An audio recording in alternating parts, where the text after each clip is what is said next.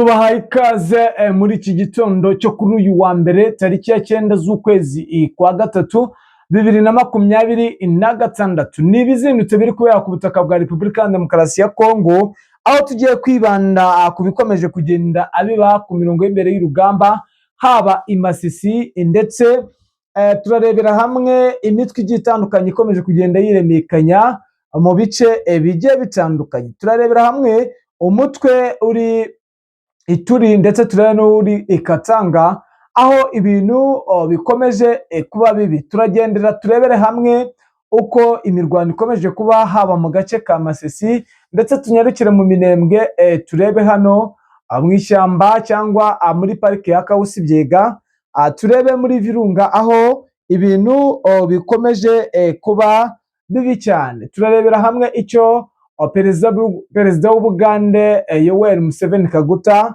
ko byatangaje akimara kuyofata intebe y'ubuyobozi bw'umukuru w'umuryango wa Afurika y'Iburasirazuba. Ni munyemerere rero tuze turebere hamwe, muratwihanganira uyu munsi ku murongo wa telefone ntabwo twabashije kubona umuroko informo aherereye ku butaka bwa Repubulika ya Demokarasi ya Kongo, ariko ndabizi muri buryoherwe neza kandi nk'uko byagiye bigaragara muri bwumve amakuru agiye atandukanye, aho ubona yuko ibintu byamaze kugorana ku butaka bw'iki gihugu cya Repubulika Iharanira Demokarasi ya Kongo. Ni mu nkundire rero turebera nk'uko situation ihagaze, tumenye akantu ku kandi, tumenye uko ibintu byifashe ku butaka bwa Repubulika ya Demokarasi ya Kongo. Mbere y'uko dutangira rero, ni munyemerere mbanze mbashimire mwe mwahisemo kubana natwe, ndetse nawe icyo twumva bwa mbere urebe munsi ya video kandi kuri subscribe, like, share, bityo wiyongere mu muryango mugari wa Dema kumva amakuru acukumbuye kandi yizewe. Munyemerere rero tuze dutangire, ariko nge muri kumva kandi ugiye kubagezaho hano makuru nitwa Damien Habumugisha. Areka twanzikire mu bice bigiye bitandukanye, ariko mbere yuko twanzikira mu bice bigiye bitandukanye, umutwe bita Mouvement Populaire du Congo, ni MPC uri mu bice bya Ituri, iyo ni intara ya Ituri, ndetse uko ufite ibirindiro bikuru aho bita Tomato.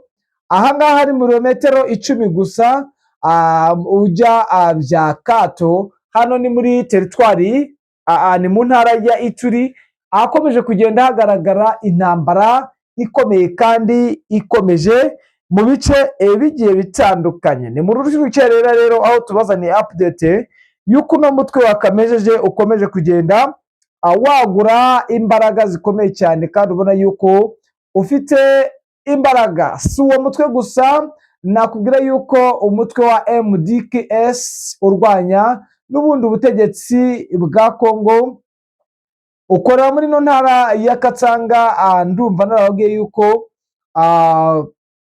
umaze gufata centre zigera muri 2, iyo bita Mikenga na Bukeya, ziri hafi neza neza n'umujyi wa Lubumbashi. Ni ibirometero 200 gusa.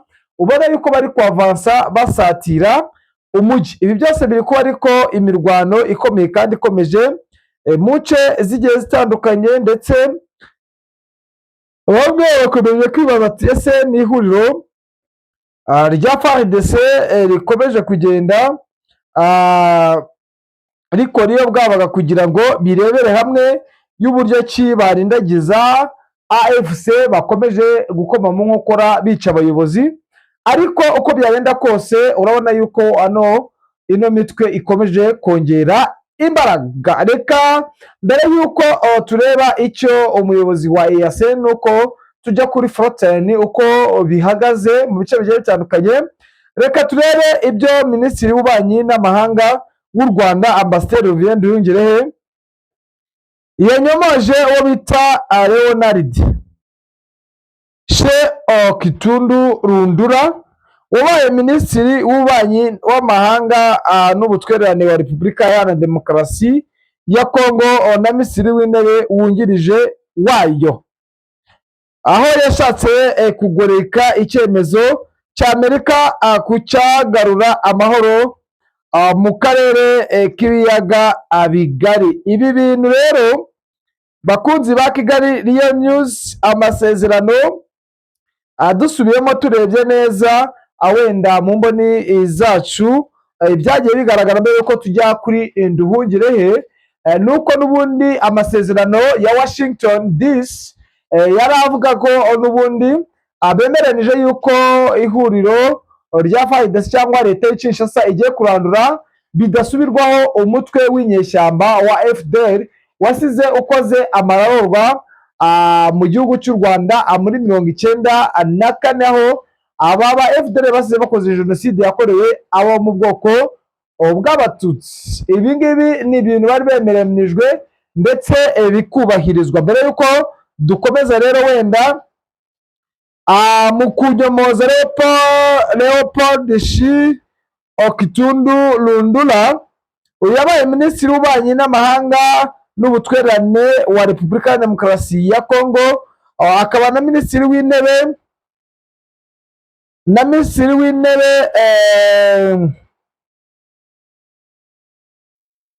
n'ubundi uyu minisitiri w'intebe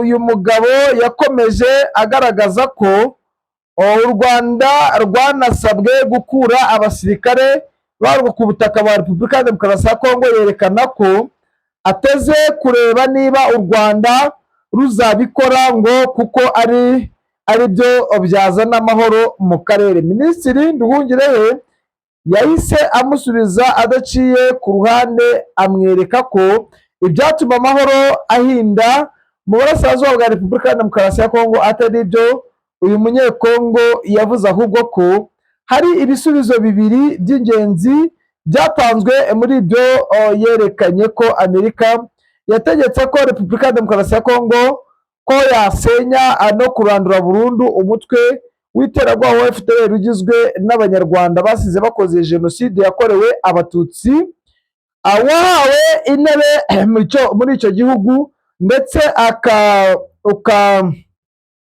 ukaninjizwa no mu ngabo za FARDC.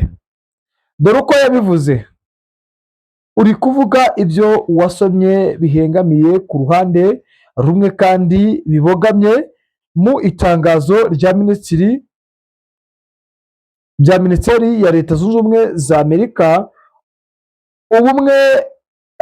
Leta Zunze Ubumwe za Amerika, wibagiwe mu by'ukuri igice cy'ingenzi cy'iryo tangazo, aho Leta Zunze Ubumwe za Amerika zasabye Repubulika ya Demokarasi ya Kongo mbere na mbere gusenya umutwe wa FDL vuba na bwangu.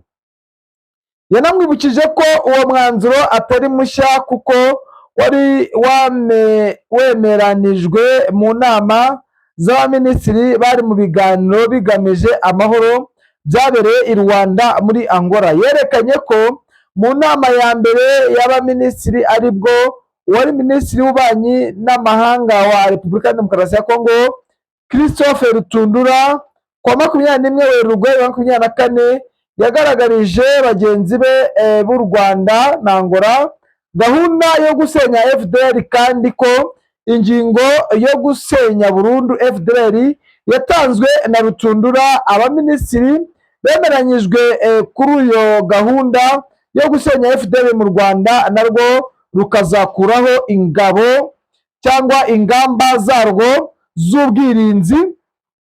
Yanerekanye kandi ko uwo mwanzuro ari nawo abaminisitiri bashyizeho umukono ku 25 Ugushyingo 2025 n'uwa Washington wo ku 27 Kamena 2025. Ambasaderi Nduhungirehe yakomeje agaragaza ko nyuma y'imyaka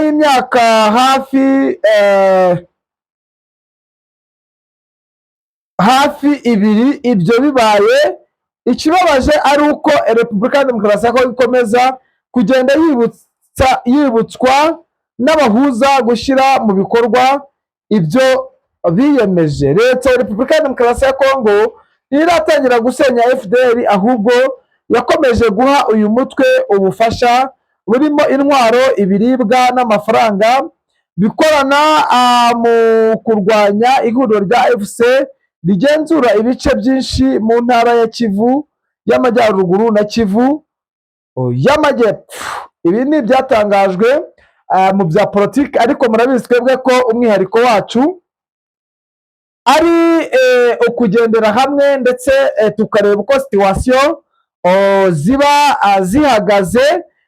Ni mu nkundi rero turebere ko byifashe kuri frontline. Ibi byose biri kuba n'ubundi ihuriro rya FARDC rifatanyije na FDL bakomeje kugaba ibitero cyane cyane muri no ntara ya Kivu y'Amajyaruguru, aho n'ubundi ibintu bikomeje kuba bibi muri ibi bice bya Masisi ndetse n'ibice bya Rucuro, aho nakubwira yuko n'ubundi mu Rucuro aba FDL bakomeje gukaza nyuma y'iyicwa ry'umuvugizi wa Foka. Urabona yuko bariye Karungu magingaya, ukabona yuko bakomeje imirwano ikomeye. Ni mu gihe hano mu gace ka Gatoyi naho hubuye imirwano ihwanye n'ihuriro rya FARDC ndetse ni AFC M23 bikomeje kugaragara. Ibitero bya drone bikomeje guhungabanya umutekano bitewe n'uko ibice bigiye bitandukanye byose biri kugabwamo ibitero, haba mu Mikenke ndetse na Minembwe muri rusange, mu bice bigiye bitandukanye, aho Gakenke na Mikenke ndetse na hano Mitamba ibintu bikomeje kuba bibi. Ni mu gihe kandi ishyamba rya Kausi Biega aba FDL ndetse n'abawazalendo n'ihuriro rya FARDC bakomeje gusubizwa inyuma muri iri shyamba, muri iyi parike nationale. Mutajyango nimba mvuga ishyamba, ariko ni parike yemewe kandi byemewe n'amategeko, aho hakomeje kugaragara imirwano. Saha gusa imirwano iramutse iri kubera mu bice bigiye bitandukanye, hano ku ishyamba cyangwa kuri parike nationale ya Kausi Biega ndetse na hano kuri Plaine de Ruzizi mu bice bya Sange, ubona yuko bakamejeje. Ni mu gihe mu mujyi wa Uvira ibintu bikomeje kuba bibi. Ibintu bikomeje kugenda bigaragara yuko ihuriro rya FARDC n'abafatanyabikorwa wayo nta gahunda bafite bo kubahiriza amasezerano yaba y'i Rwanda ndetse n'aya Washington. Munyemerere rero mbabwire ibanga nyamukuru iri huriro rya FARDC bikomeje kugenda rigira. Ni umwikomo watangajwe na Repubulika Iharanira Demokarasi ya Kongo ndetse ushimangirwa na Leta Zunze Ubumwe za Amerika n'ibihugu bigize umuryango wunze ubumwe bw'Uburayi, aho bavuze ko guhagarika imirwano ariyo nkingi y'iterambere cyangwa inkingi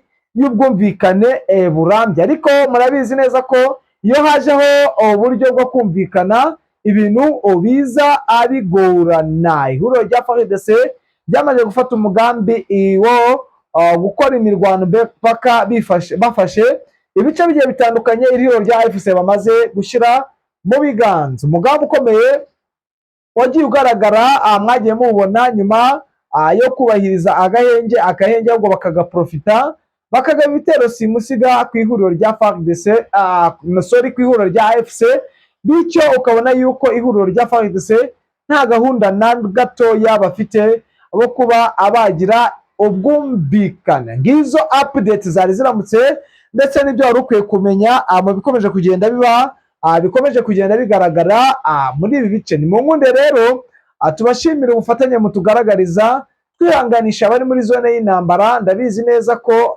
mudukurikira muri benshi, ndetse tunihanganisha n'abarwayi muri rusange n'abafite ibibazo.